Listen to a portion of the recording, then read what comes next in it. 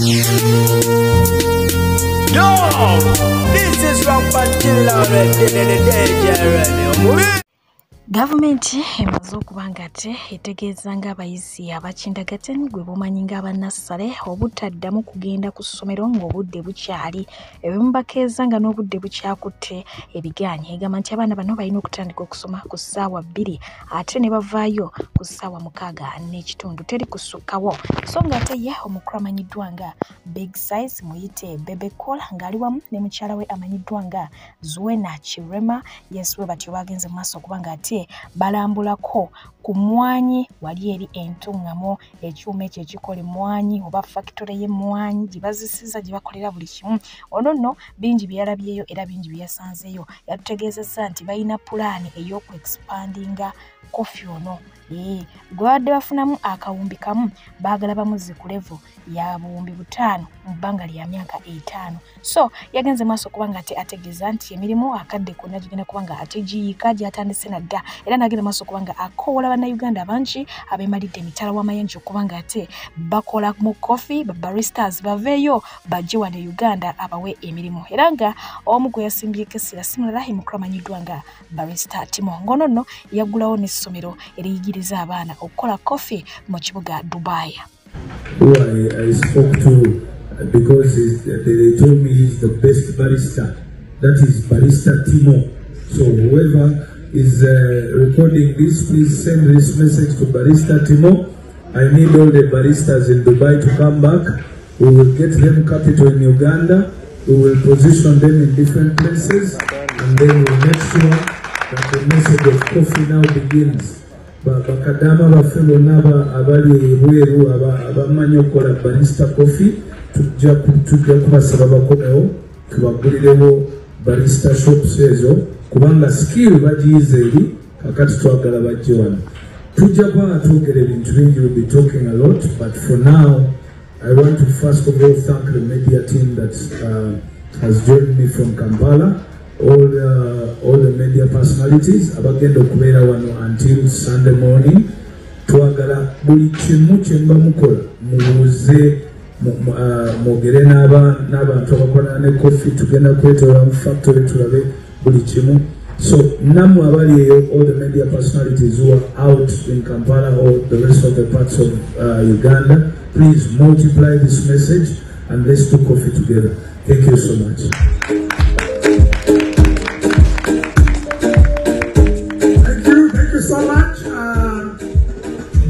Omukyala amanyiddwa nga Martha Mukisa yasimulukusa olunaku olw'eggulo era nga musanyufu bya nsusso oluvannyuma lw'okufuna ka baby girl. Yawandiise n'agamba nti I haven't found the right words yet, but she's so precious and I can't wait to share more. Our little Munyenye is finally here with the cutest little feet. So thankful to God for the blessing and joy.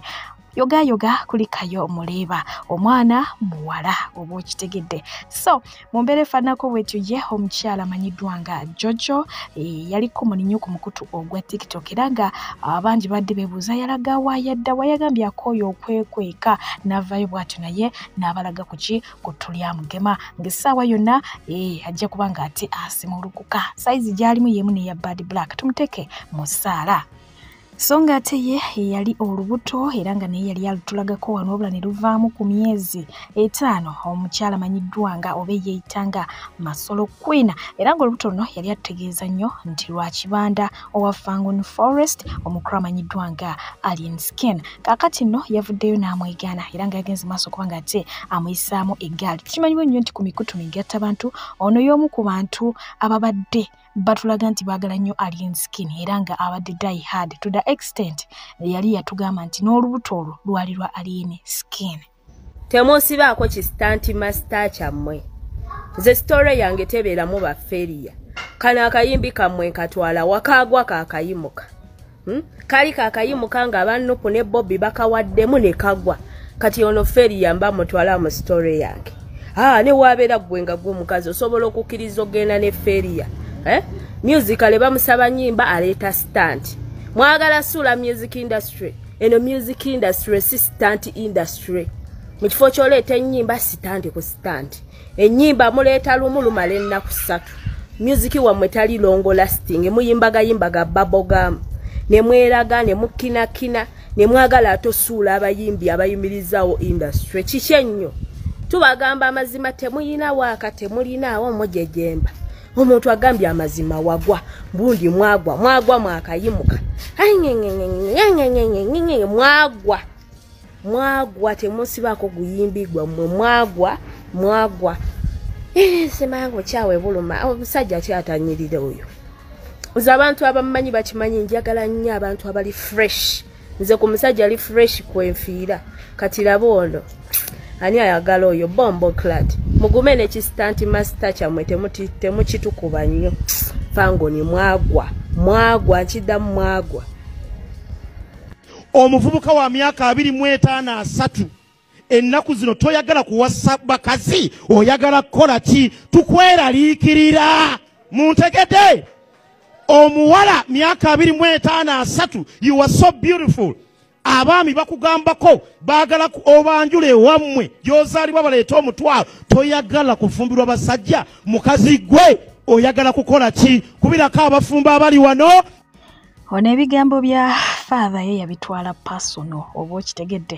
bwatyo oba Basomaali bwatyo nabanga ate ajja jjajjaawe ku lujja nange anyways so nga ate abamu ku babawangalira wano mu ggwanga lya Uganda bavuddeyo ne bawanjagira gavumenti okubayambako ku byensula wamu n'ebyenjigiriza bagamba nti embeera si nnungi esaidi eyatenga services bazeetaagira ddala katulinde tulabe ki gavumenti kyenaabaddamu ku nsonga eno ekintu akubiri tusaba abaana talina kusomero bamaze okuyongeza n'esente n'ebuzibu akumiri mu nyumba tetulina sente za kusasula ne renti tusaba abaana kusomero n'abazadde talina registration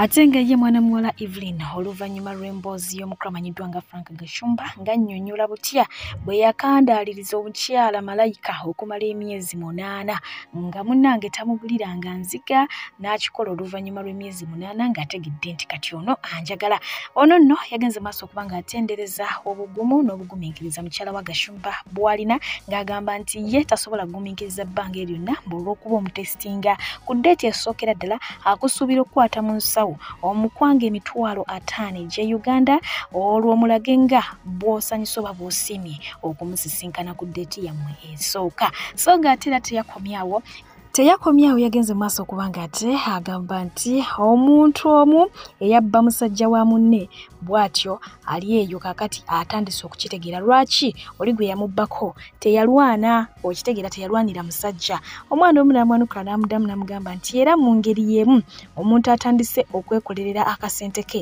yatandise ddawa yatandika dda okutegeera butya bwe kiri ekirungi okubeera omukodo waako jjukira nti Evelyn ayagala nnyo ssente naye nga ye omukyala amanyiddwa nga Azawi bw'atyo yagenze maaso okubanga ate atunnyonnyola ekyatuuka ku mannyo ge oluvannyuma lw'okuba nti yalina omuzannyo mungi nga muto n'agakoona ne gamenyeka wadde nga n'akazigo kaaliwo naye olw'embeera ey'okuba nga ate baali bamonkinga ne mwenyini nga tafiiringa comfortable bwe yafunamu ku kasente kye yasookera ddala okukola ky'ekyokudduka agende mu maaso okuba nga ate akola ku mannyo era nga yannyonnyodde nti buli linnyo yateekamu amannyo 6 buli linnyo ya miliyoni kati bw'ogattako leba simanya biki byonna agamba byaggwera miliyoni nga 2 mu nnyo eyo ekyo nno kyakanzeemu ku mukulu amanyiddwa nga Kasuku eyadde amukolako interview omukyala Zanny Brown oluvannyuma lw'okubakolerayo akayimba akapya wadde tekaabatulamu bulungi yalangiridde ekivulu era abagambye ajja kubeera ku Sky Hotel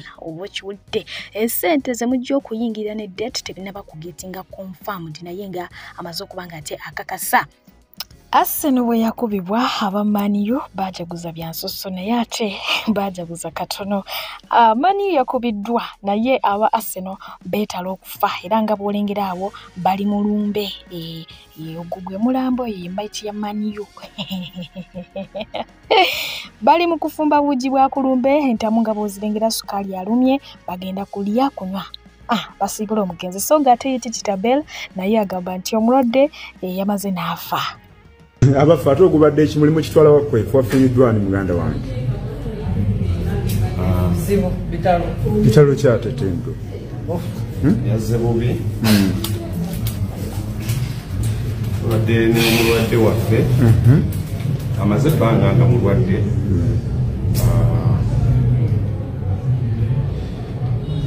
ekiro ky'olunaku olwaleero zazibadde nga nnya batukubira nti atabuse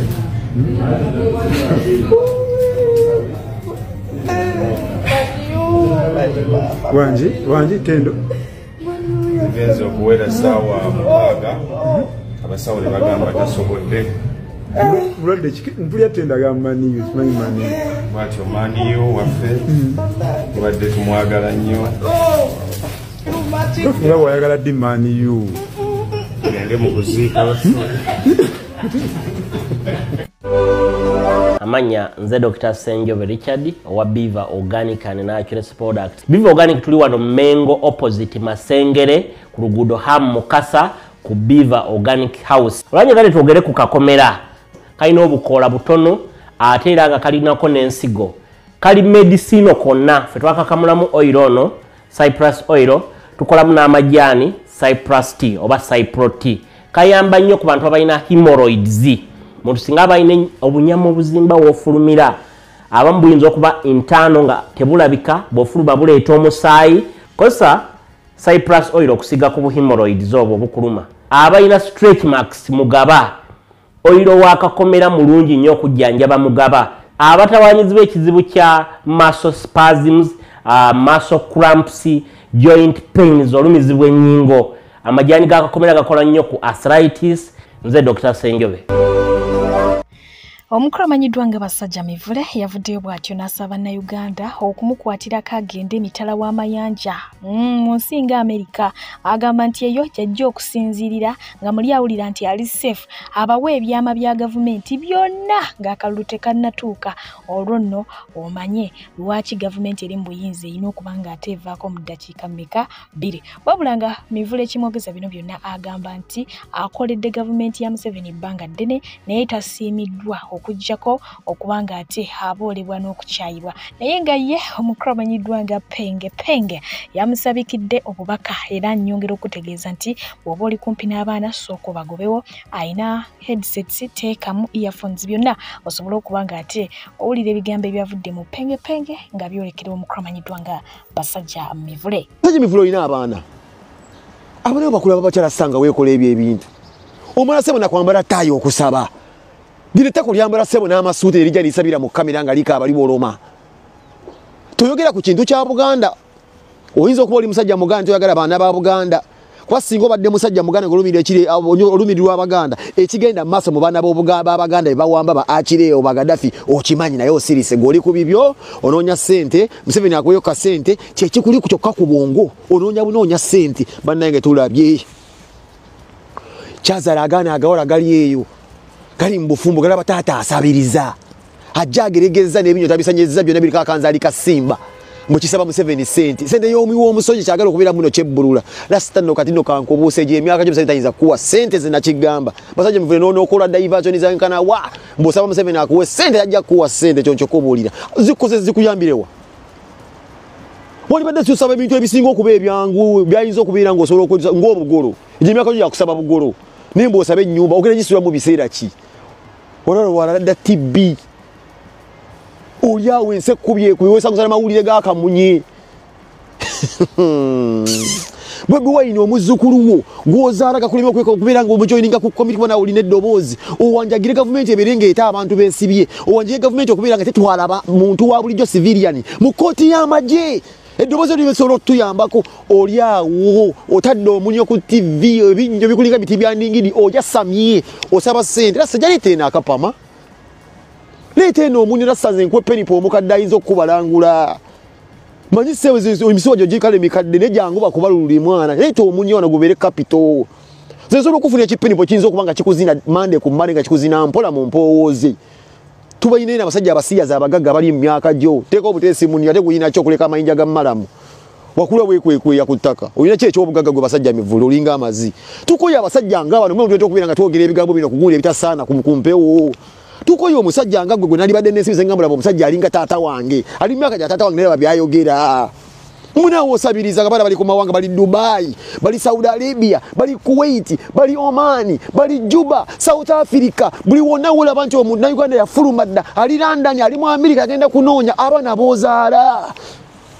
Bali manye ekintu kyo empaji y'omusajja kola. Ne mu Katonda mugulu omusajja Katonda akuwangaza tomanyi kuno omusajja oyina kwekolerera. Basajja mivule. Mwana inokuteekawo foundation mwana ngosobola okubeera ku makya n'ogenda n'onoonye ssente n'olabirira famire yo rasita. Ebintu by'eddawo n'ogera ku TV n'okola kino ebintu tukyabyagala mwana. Olina okubeera omusajja omugezi rasita nze nkubuulira. Noonya ekintu ekiyinza okubeera nga kikubbulula mwana. Ye ssente ozaagaza ki ku myaka egikwedde osigaza bwoya bwa mu ttako.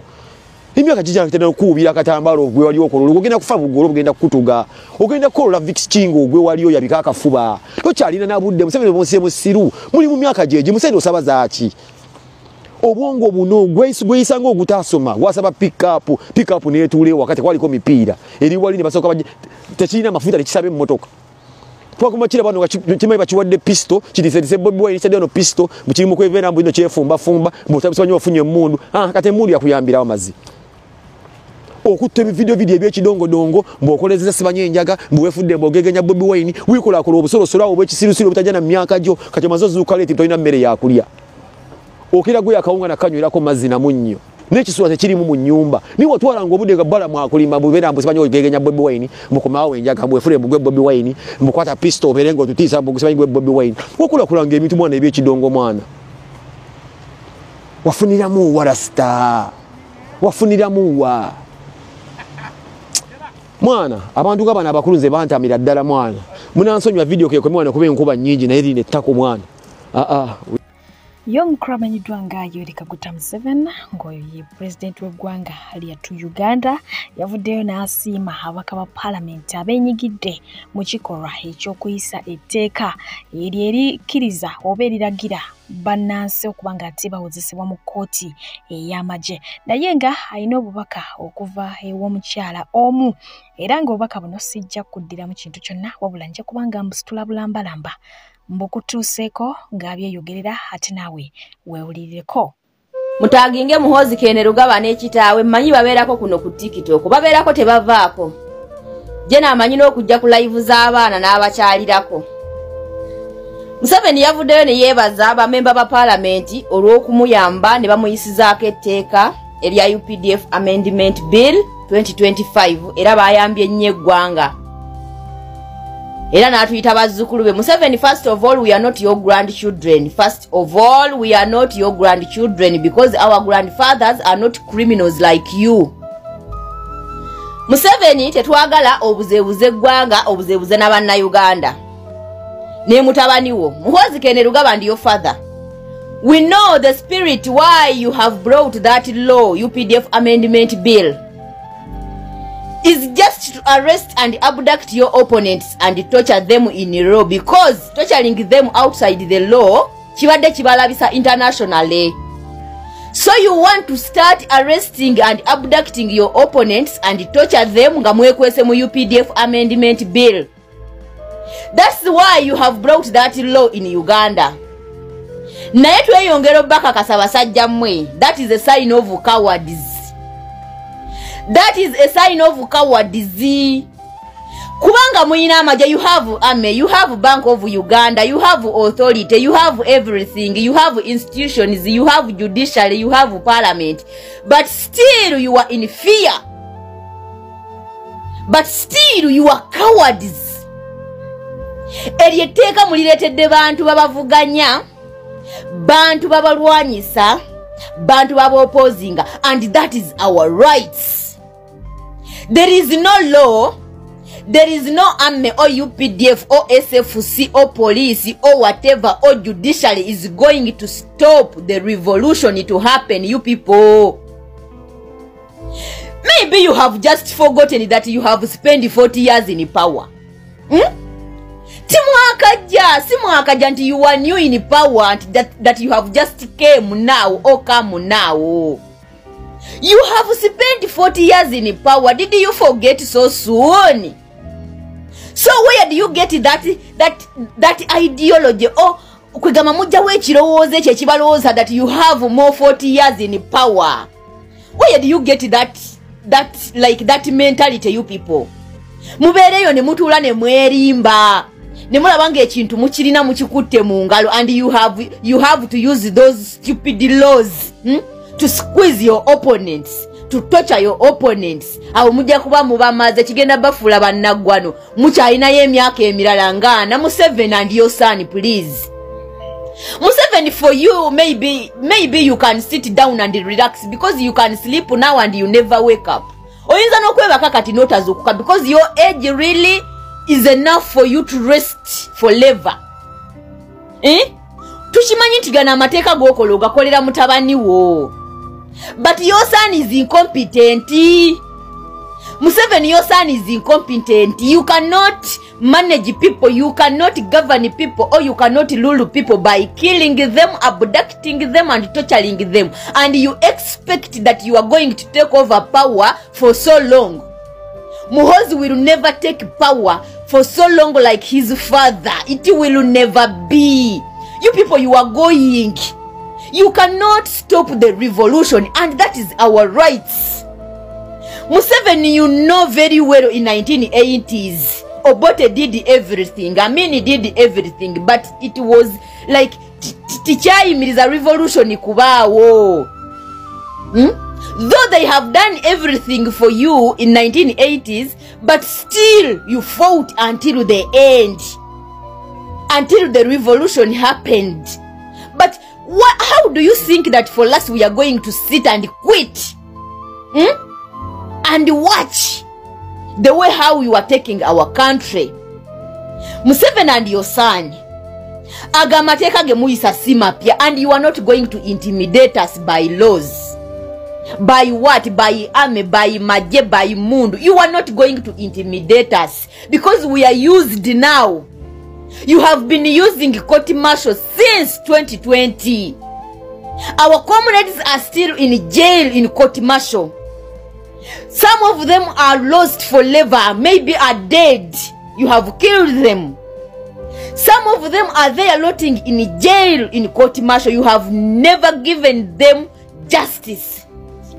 So that court martial is not new to us. We are used because you have been using it illegally. But right now you have give it like legitimizing it in law. You people, you are really hypocrites.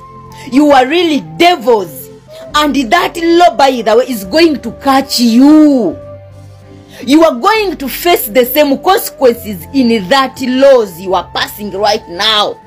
Because you are not going to stay in power forever. You are not going to stay in power forever. Very soon from now, Museveni and your government, Museveni and your regime and your son, you are going to leave power. Let us remind you that you have spent 40 years. 40 years. So you want to tell us that you have more 40 years? Huh?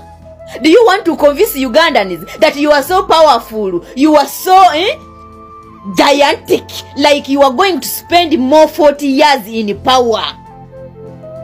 Museveni, your time is over. Your time is over.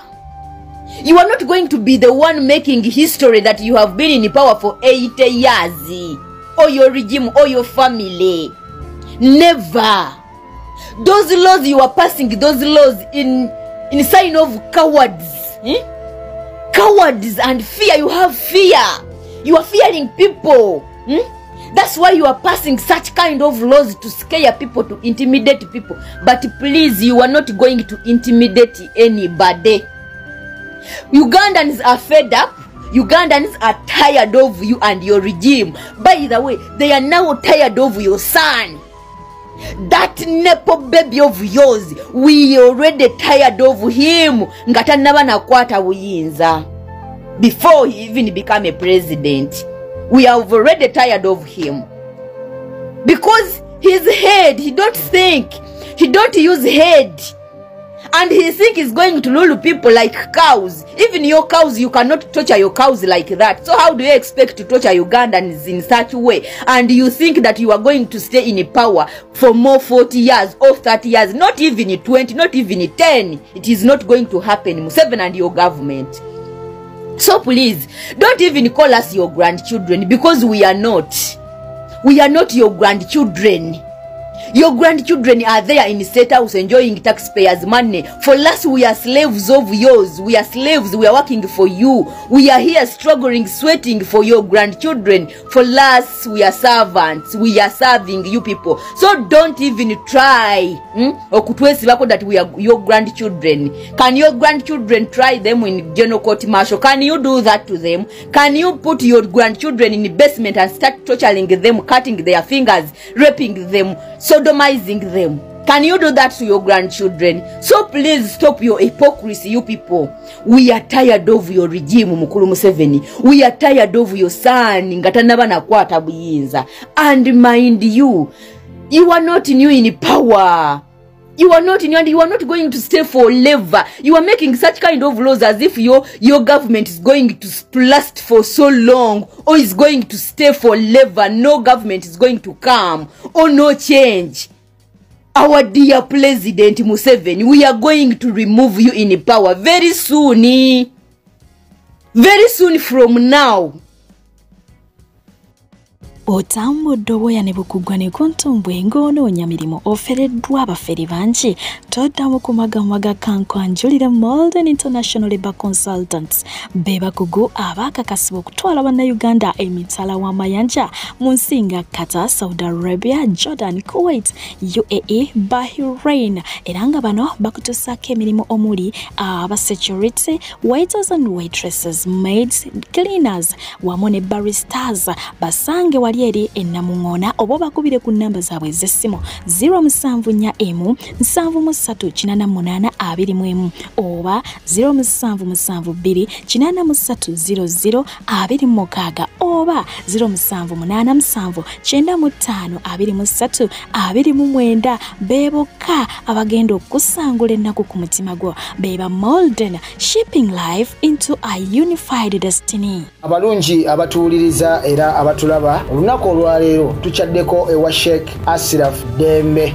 Sebo sanyusa okubalaba. Amannya agange Seeka Asiraf Dembe akola ku bizibu by'enjawulo. Omuntu singa aba alina ebirwadde musomereddwa tunywa amazzi ga lukuya nga bw'obadde ogalaba, tugenda abantu ku kyoto ne twokya emizimu emibi egibabaamu n'okulombeddwa. Abantu singa abeera ng'ali wano atuuse sobola okumulombereddwa, ne waba atatuuse nga mpadde amannya ge naye ng'ali wala. Neetaase ennamba yange yeeno eri 0707363711. Nammwe bannyinaffe abali ebweru oyagala okuba nti oyagala okulombera ku ddwa ng'olina ebizibu, viza zibuze, amaka gakolongotana, sente zikola zimpita mu ngalo, ojja kumpeereza ekifaananyi kyo n'amannya go, ebyo byokka bijja kummala, nja kukulombera edduwa ojja kutereera. Olunaku olusembayo mu mwezi mba n'edduwa ey'awamu ffenna n'abalwadde bange abakadde n'abapya. Salaamu alaikum warahmatullahi wabarakatuh.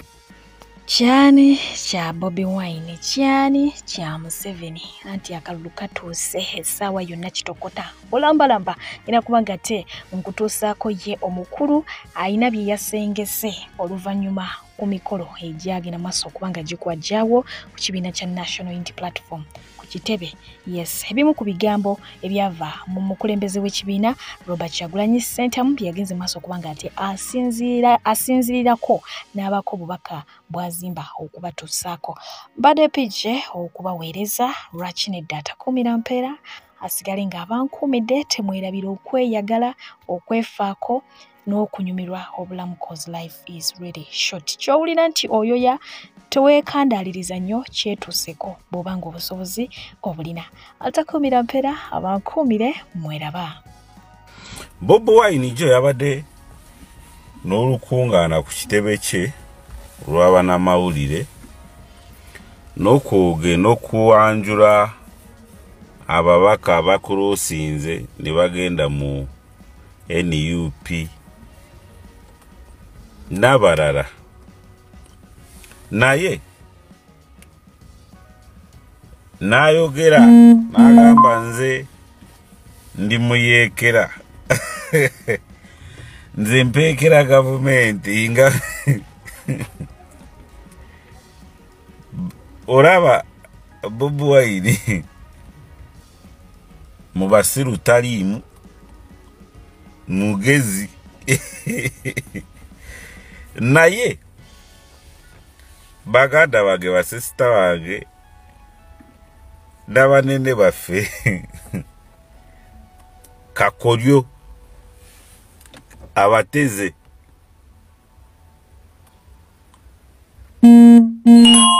mazima ge mutagala kuwulira Bobi Wine byayogedde jjo tiwawaya balimbalima yagamba yayogedde muyeekera katumukwate abateze mukole ensobi nga bwolabawalo ffe tetuli opposition ya bulijjo era mbabuliramu abatwegasseko temwegasse ku opposition political party endala eno mulinye y'amagye tetuli babanda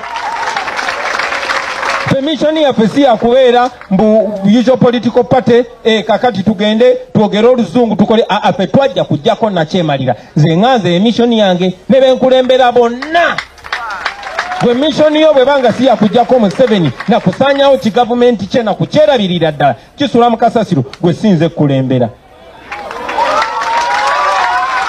mwe abatiitiza abali wano abatya kubanga wano waliwo abasirikale mwe basirikale mwe nze ndi muyeekera njeekera Museveni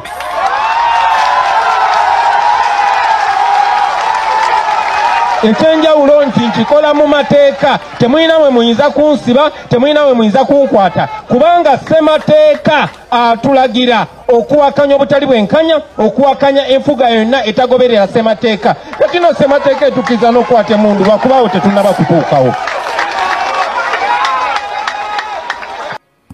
okiraba ekyo nguye muyeekera Ay, bad man. Oli bugezi nnyo. Wama abalimba. Ayagala bakozesa nsobi. Simuyeekera. Mu nsi yonna Cambodia bayeekera gye bali. Sudan gye bali. Kongo gye bali waliwo balebyewa beerangirira mu gavumenti munda kavula eri wali mita meka kwambuka ku State House na Kasero mita meka kuva okutuuka ku palamenti mu kibuga Makati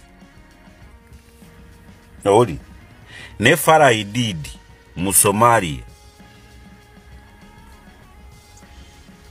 biseera bya kyenda mmeka awo Farah Ididi oba ye Farah Ididi e Somalia yali tiyerangirirangako kumuyeekera otegeera ekyo wadde yali mu kibuga Makati mu Bakara Market otegeera ekyo nga bw'olaba owino mweri yateeka amakanda naye watali amanyi ng'oba waali oba taliiwo kubanga n'Amerika lipooti ze yakola temanyi oba Farah Ididi yafa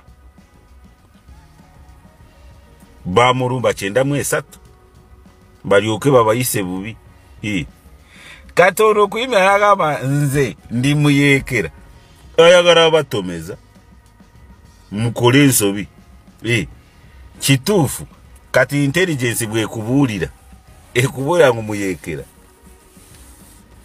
lebo kubanga atomeza bano ba Andrew Mwenda bano ba Perepese babijirwa ne bagundi bano basajja mivule wawulira abogera ngu awandika bayeekera n'abatwala ku Kenya n'abatwala Tanzania wano mukole ensobi alimba uwa gendo noonyereze ani muyekera yalaga nze ndi muyekera uwa oli makati mu kibuga kuva Kavule weri kutuuka Wakiseka waliwo distance meka awo Kavule weri we headquarter weri eri Agakani sukuru mukozese mitwe otegere ekyo opposite petrol station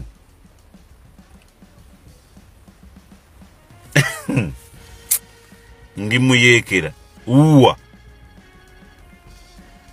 ayogede kubakwe ngabo yagamba kati muli majje kuchi gaha omanyi qualities ne symptoms eziraga ngono muyekera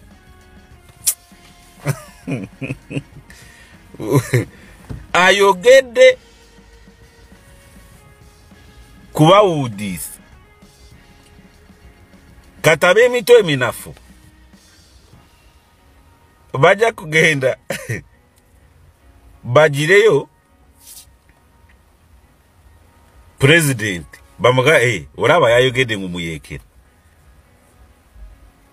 tumunywe neda muzeyi baba bakulimba no yayogede kuba udis ngabora bangu banabekalakasa abazungu be South Africa bagenda nibagenda mu Oval Office ya Trump nibajayo bukiripu bwa Malema agamba ataka binu byayimba na yimbira mu kisawo ataka and shoot the whites naye ekirungi President Ramaphosa yamugambye President Trump kyagala oyogere n'abantu abatuufu bakubulire ekituufu naye bino si bituufu namubuuza lwaki bagamba yali ayimbaga shoot the white farmers ono Malema yali abawudiisa abazungu bali yakitinge bakole ensobi that is the fact omuntu ajja kukola ekintu kukuwudiisa kunyiiza bw'onyiiga okola ensobi mu kunyiiga ako okola ensobi